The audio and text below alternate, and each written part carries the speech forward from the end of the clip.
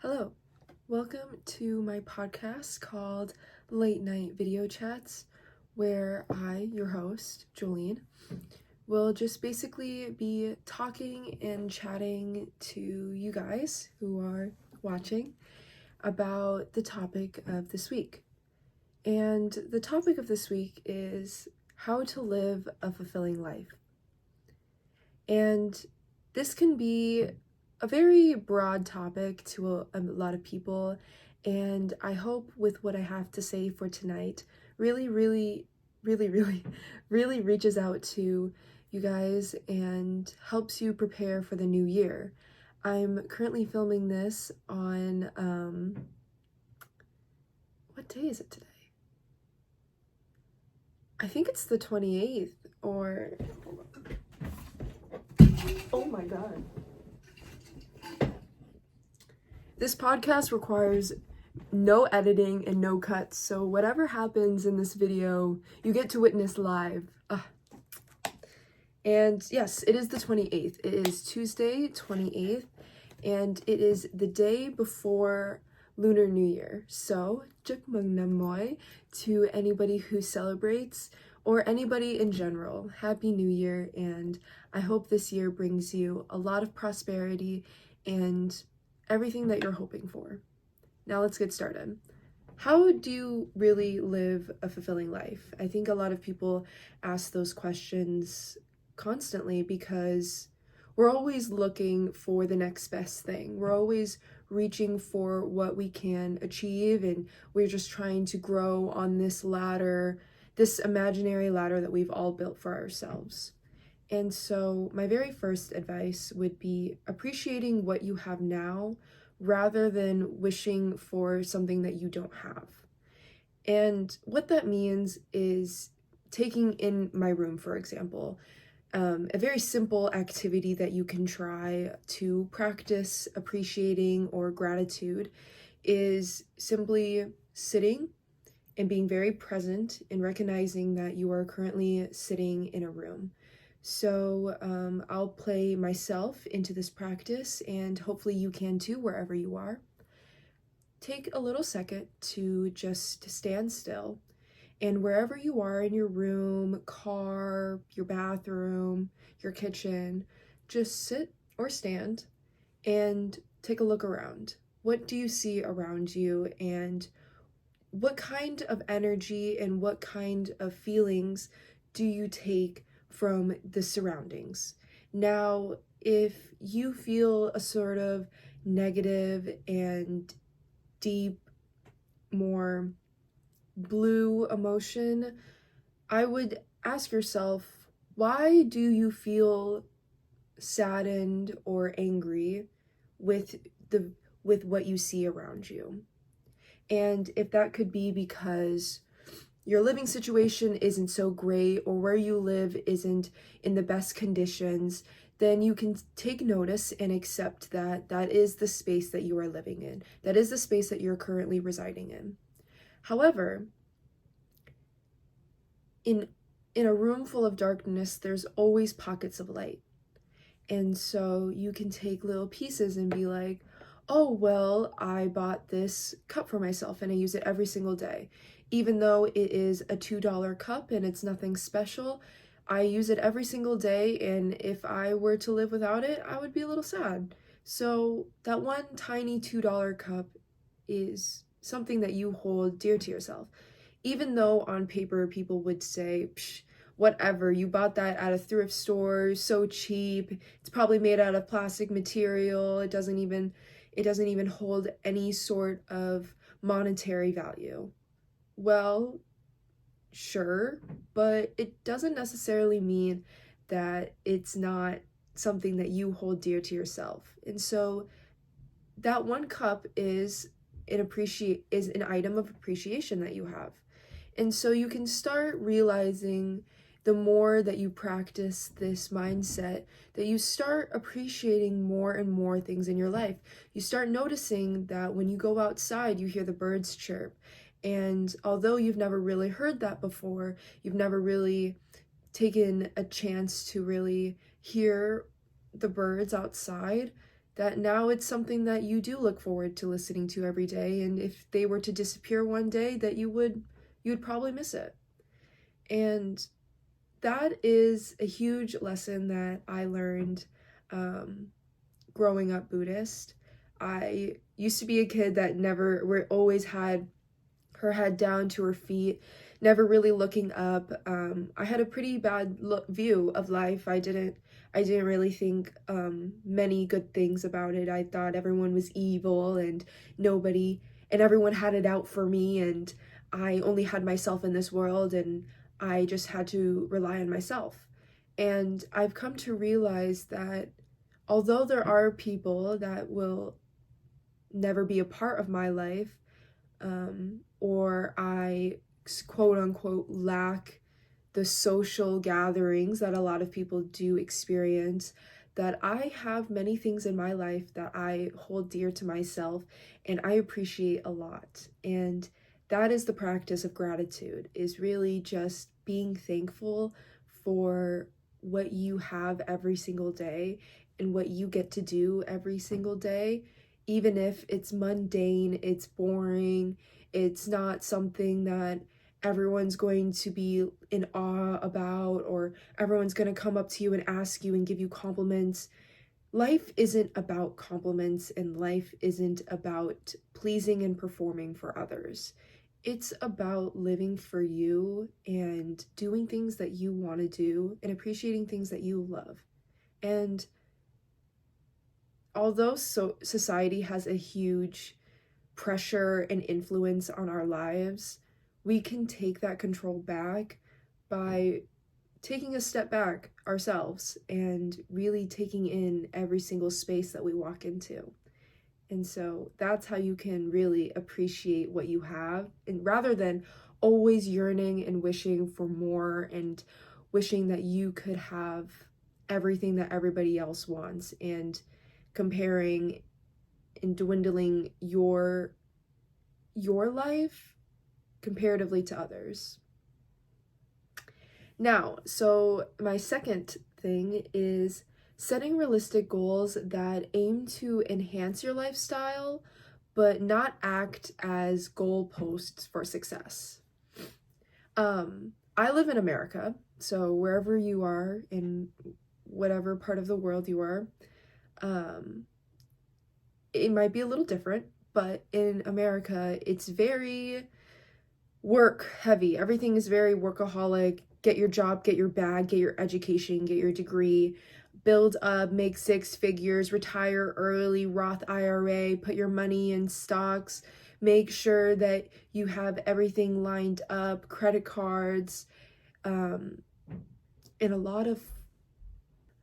Okay, I'm filming this a little earlier into the night because we're actually heading to temple at around like 11 p.m. into midnight, and so I decided that I wanted to film this video a little bit earlier. It's like around 9 p.m. so my family is still awake. Usually I'm filming this around like 3 a.m. but I just couldn't today, and I decided that I wanted to film today, so that is just the mindset. Okay, I'm so sorry about this pause.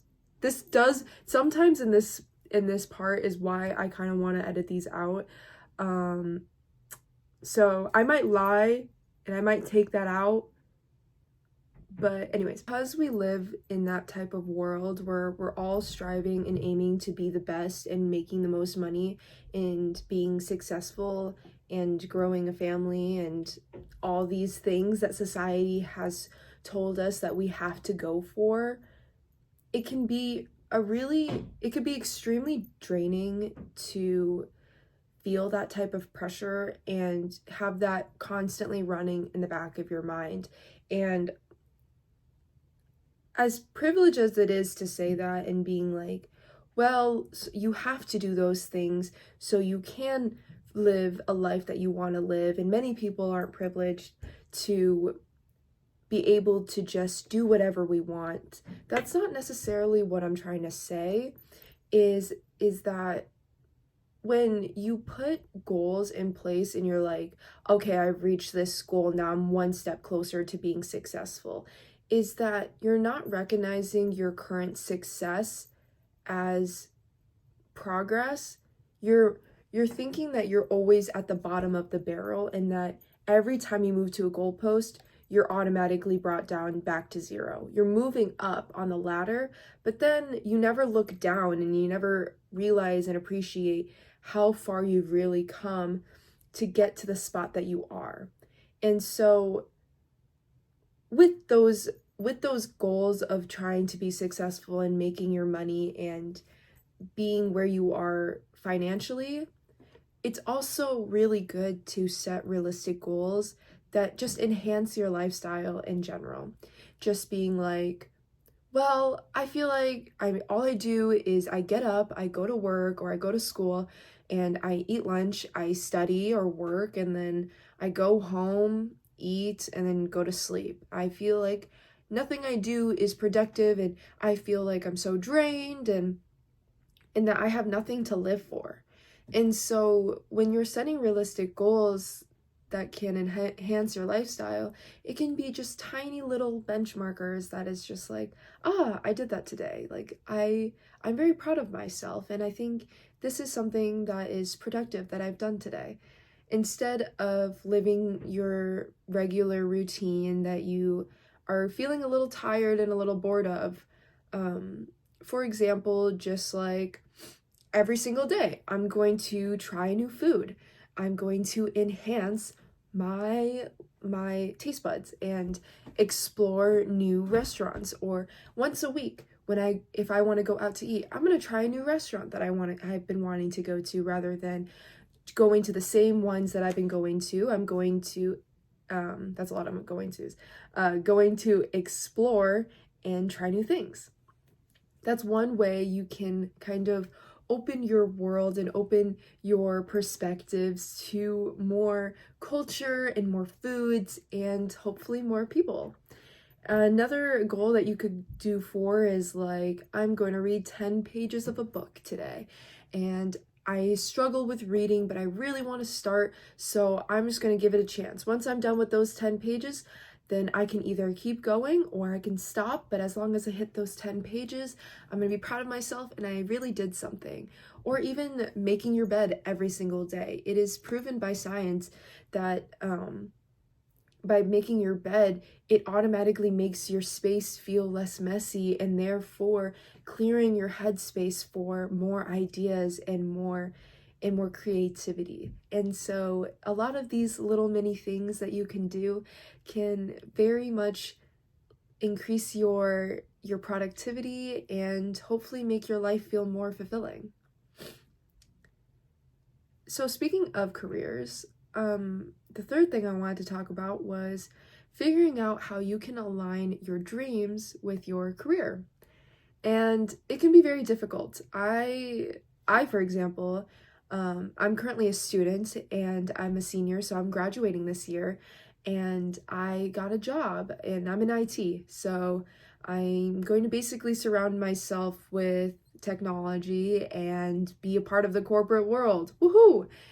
But that isn't technically my dream. It's not something that I've exactly wanted to spend my whole life doing, of course. A huge dream of mine is traveling and eating as much food as possible and meeting as much people as possible.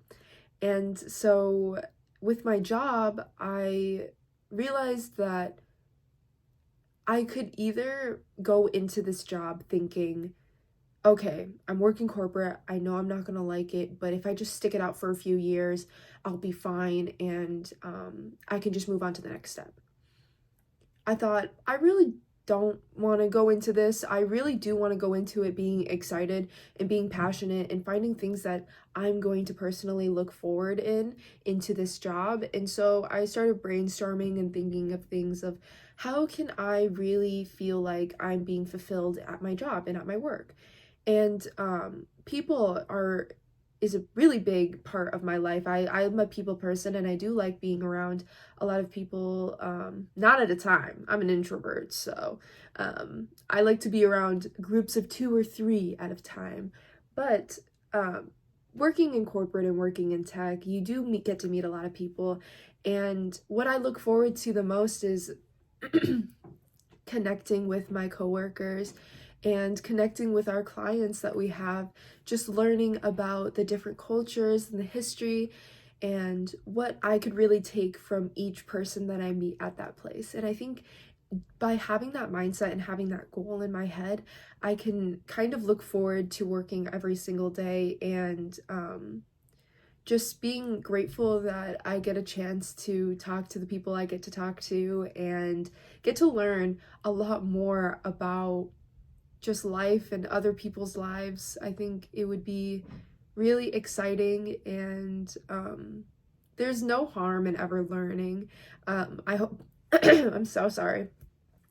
I hope I never stop learning. That's a huge goal for me. I'm always constantly figuring out things that I think I want to improve on or things I want to learn and stuff. So I think that is a great way to align your dreams with your careers, is finding pockets of your dream that you can put into your career as a way to feel like you are working your way towards your dream. And because my dream is traveling, I hope that with my IT degree, I build myself a really good portfolio and resume, and hopefully work with companies around the world and get to travel to each one. And alongside working, I get to live my life in wherever I am. So that is a huge goal of mine. The fourth thing I wanted to talk about was changing the mindset of wanting to getting. Instead of saying, oh, I really want this, I really want that, I love that bag and I just want it. Every time I tell myself, ooh, I want that, the second thing I think of is, how am I going to get that? Because in my head, a lot of people tell me this, but to sidetrack, I'm a pretty horrible person to give gifts to, because if I want something, I'm gonna get it. And I never wait for anybody. I never wait around. If I think and if I'm convinced that I can get it right now, I'm gonna, because I can. And so that's what makes me a really hard gift giver. But with that mindset is that whenever I think, ooh, I really want that, I think in my head, okay, so how am I gonna get it? How am I gonna get there? And it can be very fun, but it can also be pretty challenging, especially when something's expensive. And that kind of leans into my next part where I talk about budgeting and planning and pursuing, but I just start laying out a plan on how I can get there. Okay, what are the different avenues into reaching what I want? Okay, so with these avenues, what are the trials and what are the tribulations? What do I gain and what do I lose? And if it's something about simply like getting something that's expensive, it's pretty simple, budget, plan out, set a good date, understand how much you make, and see if you can set aside some money to go save up and go get it. And that is, my best advice for wanting to buy something. However, when it's something a little less tangible, a little more imagination, you kind of have to play the long game, and you kind of have to start thinking of not just one stream, but multiple. And so when something goes wrong, you can kind of say, okay, like I can either continue on to this path, or I can change my direction and try a different approach into getting what I want. And so that is another thing that I always say in my head. It's always a mindset. It's never, oh, I can't get that. There's no way, but I really want it. It's always, how am I gonna get there? And when am I gonna get there? Never, I'm not gonna ever get there. So that is how you can change that mindset and change that perspective for yourself to live a better life and live a hopefully more fulfilling life for that. I've talked about this a little bit too. Manifestations. Sorry, my nose is running. But manifesting. Like whether it is in like a physical vision board, or you're writing stuff down, or you're just keeping in the back of your head, really manifest and really put it out there and speak it out to the universe that this is what you want, and this is what you want to achieve, and this is the life you want to see for yourself. And slowly but surely, because you're so passionate about that manifestation, you will slowly, without realizing it, progress within that manifestation. And then one day you'll look down at your feet and you'll realize that you're already there. And it's super ambiguous to say it like that, because whatever you're manifesting, it could take a few years, a few months, a few hours, but whatever it is, it'll come to you because you're speaking it out to the universe and you're putting your heart and your soul into it.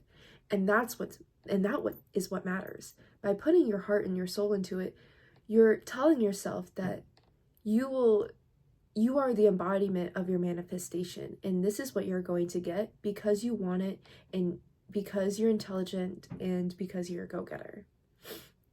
And I think living a fulfilling life is all about ups and downs, and appreciating what you have, and really setting goals for yourself that will only make your life better and really benefit you, and then hopefully the people around you. Another thing about that is living in the present. Although you're setting all your goals and you're having all of these ideas that you want in your life, it's also really, really good to make sure that you're living in the now and not in the when. When you start only daydreaming and living every single day to a time in the future, for a time in the future, you will live lives with regrets, and you will live lives wishing that you never did that. No matter what, you have to wake up and you have to go to work, or you have to go to school, and you have to get things done. That's never going to change. But what could change is your mindset about how you wake up every single day, and how you get to work, and how you get to school. It's all about the mindset. You wake up every single day dreading what you do every single day and thinking, well, as long as I keep doing this for a few more years, I will be happy then. So let's just be miserable now. That is no way of living, because you never know in a blink of an eye that your whole life could change within a second. And if you live every single day praying for the future and looking into the future, you'll never live in the life that you have now. Even if you could arguably say that your life is in unsuitable conditions, there will always be little pockets of peace that you can find in your day-to-day life that would make each day fulfilling and make each day like your own. You want to be, this sounds a little cringy, but you want to be the main character of your life. So why are you mindlessly playing like an NPC? Why are you living your life mindlessly droning on, doing a bunch of things, not even thinking about what you want to do, and you're not smiling, and you're not happy, and you're very unsatisfied? That's not the way a main character lives. You need to take care and you need to take control of your life. And so if you go out and you say, today is my day and I'm taking control of it, and I'm not going to let a single thing change my mind about how I want to live my life. And if you live every single day like that, you'll start to realize that every day isn't as boring, and every single day can be fun and exciting and new. Every day is new. Even if you go off to sleep tonight and you're thinking, oh, tomorrow I have to do the same thing I did today. I'm having such a hard time with this. I have to do all of these things. Does that take up your entire day? Does that take up 24 hours of your entire day? Do you have to wake up, sleep, eat, and drink, and think about your assignments or your project that you have at work, or the fact that you have to deal with your horrible manager that is droning on and on and on every single day about quotas and numbers and stats? No. When you have to be in those settings, work your work, but once you clock out, live your life.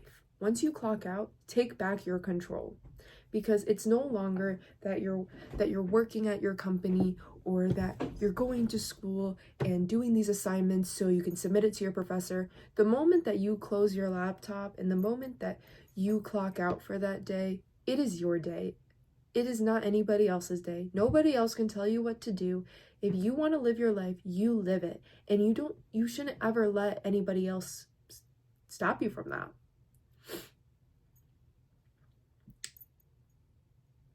Now, to take that in, accepting your faults and learning to live with your regrets. Every single day, you're going to make a mistake. And every once in a while, you'll always have a regret that you think in the back of your head. But the only thing that you can do about that is accepting the fact that you've made those mistakes and you're not going to make them again. Or if you do make them again, hopefully it's not exactly like the same exact situation and you've changed a little bit as a person. Learning to live with your regrets can be a very difficult task into changing that mindset and changing that perspective. But what has helped me is always just thinking that, well, I've already made that decision, and if I could go back in time, I would change it. But because, time travel isn't a thing, and I can't do that, I'm just going to learn to take every day in stride and make sure that I don't get another regret like this. The only thing you can do with your past regrets is recognize that you don't want to live life with more regrets. And so you're going to live your life with whatever you want to do, and you're going to say yes, and you're going to be loud, and you're going to walk in there, and you're going to be the best person in the room without having regrets. I think about, this is exactly how I typically live my life, is that let's say I'm invited to go out, or I'm going out for a function, and I really don't know if I want to go anymore. And I'm like, will I regret this in the future?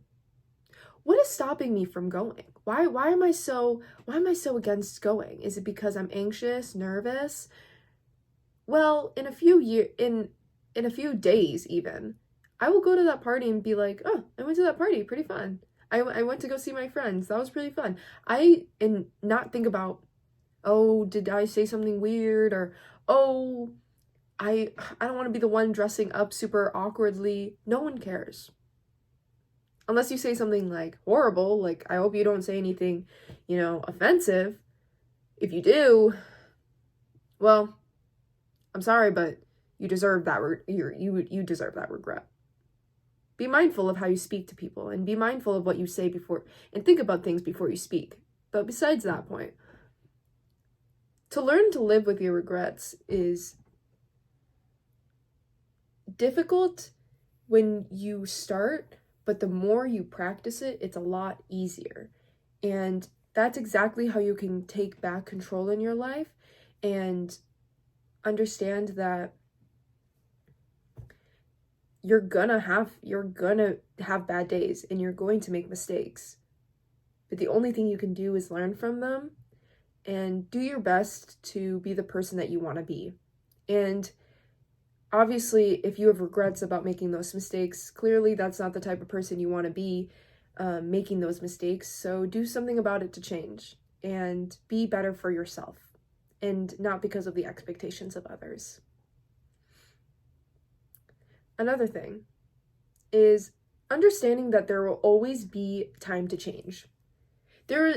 With regrets, there is never a time in your life where it's like, oh, I can't do that anymore. For example, like going back to school, finishing a degree and realizing that this isn't the life I want to live. And I actually hate doing this, and I have no idea why I even chose to do this degree. And just because you're in that degree and you already finished it and you paid off your student loans and stuff like that, that you can't go back to school and get another one and get another degree or get a different job or change your entire life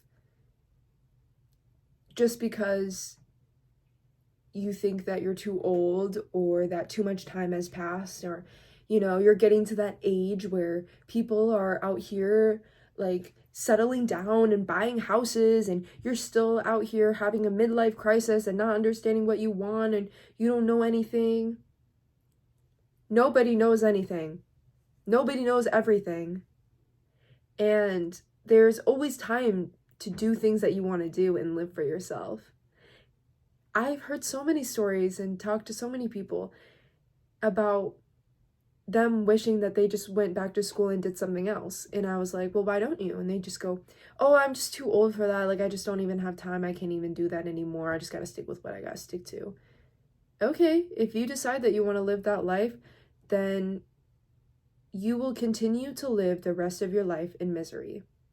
But if you make that change, as anxiety-inducing and as nerve-wracking as it is, you might come to realize that, yeah, you will have to put more work in. It'll be time-consuming. It will cost you money. But are you not excited? Are you not beaming with energy of this new thing that you're starting? Or like, is it the fact that like no one's paying you to go change your life, and if you feel like it's going to make it worse, then why are you even wanting for that if you think it's going to make you worse? What makes that a part of your dream versus what you're doing right now? Those questions always confuse me a little bit when I talk to people, and they always say like, well, I want to do it, but it's da da da da da da da. And I'm like, okay, well, these now are just excuses now because you're just too anxious to do anything about it because you fear societal guilt, pressure, time, age, whatever it is. Who cares? You only get one life.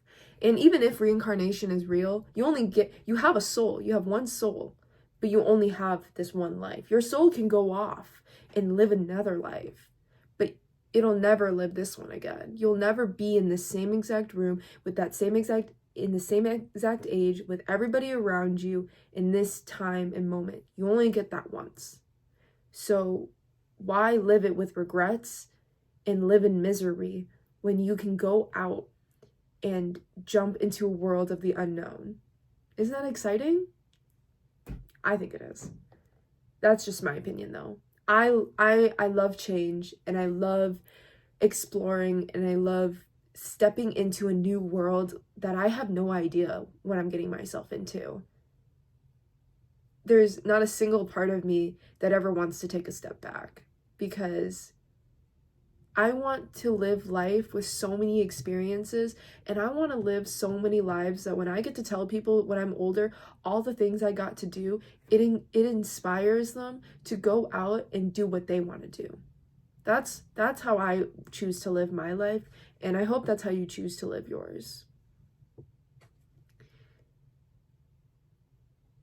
And the last two are kind of similar to each other, but open your arms to those who want to be in your life, including yourself. As we get older, I hear a lot of people say, as you get older, you realize that your social groups start to dwindle, and you realize that you are either by yourself or only with the partner that you are in.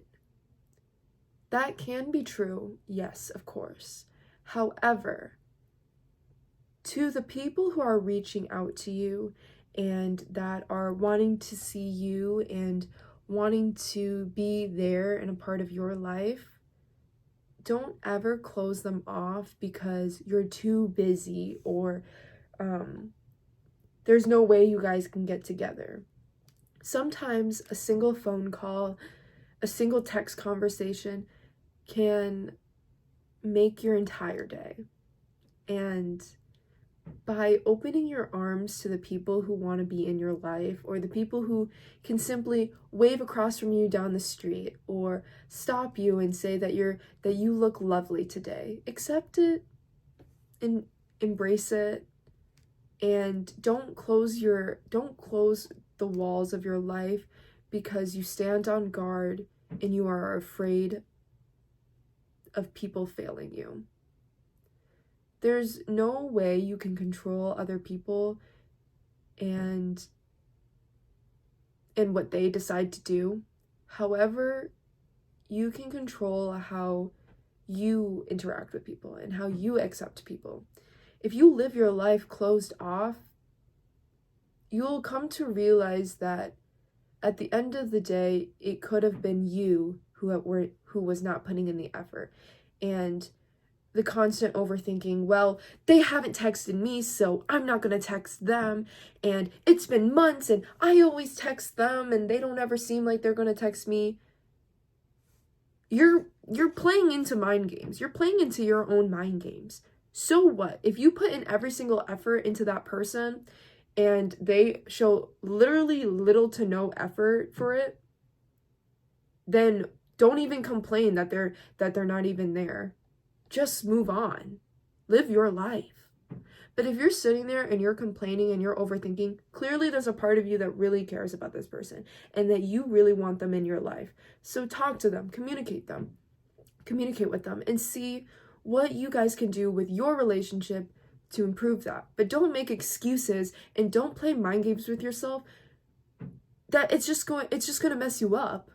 You're going to be in your head all this time when all you really had to do was shoot a text. Because I bet you they're probably thinking the same thing. You never know what anybody else is thinking. So don't be all up in your head and just being all confused and discombobulated. Which brings me to my last point, is the key to living a fulfilling life is learning to love yourself.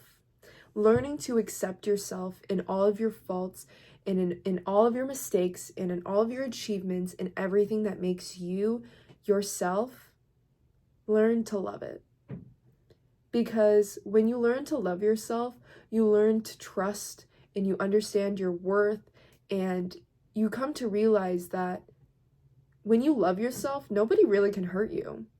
No one can really hit your soft spots or your weak points because you recognize your weak points and you embrace them. You recognize that you're not the best at everything, but you're willing to try and you're willing to do your best. And that's all that matters. It doesn't matter about being the best or like being number one. It only matters about what you want for yourself. And learn to accept who you are today so you can be better for tomorrow. And that wraps up the end of my podcast. It was a little aggressive today. I have a lot of emotions when it comes to these types of subject matters, but I really hope you took something away from this, or you didn't. I don't know, but I really appreciate that you're still here at the end of this video. I hope to be making more I hope to make one every week. It's kind of hard. Again, I'm a student, so we'll see how far it gets me. But I hope everyone has an amazing new year. Live your life. Be proud of yourself. Don't live your life with regrets. Move on. Keep calm and carry on. And just be the best version that you want to be. Bye, guys.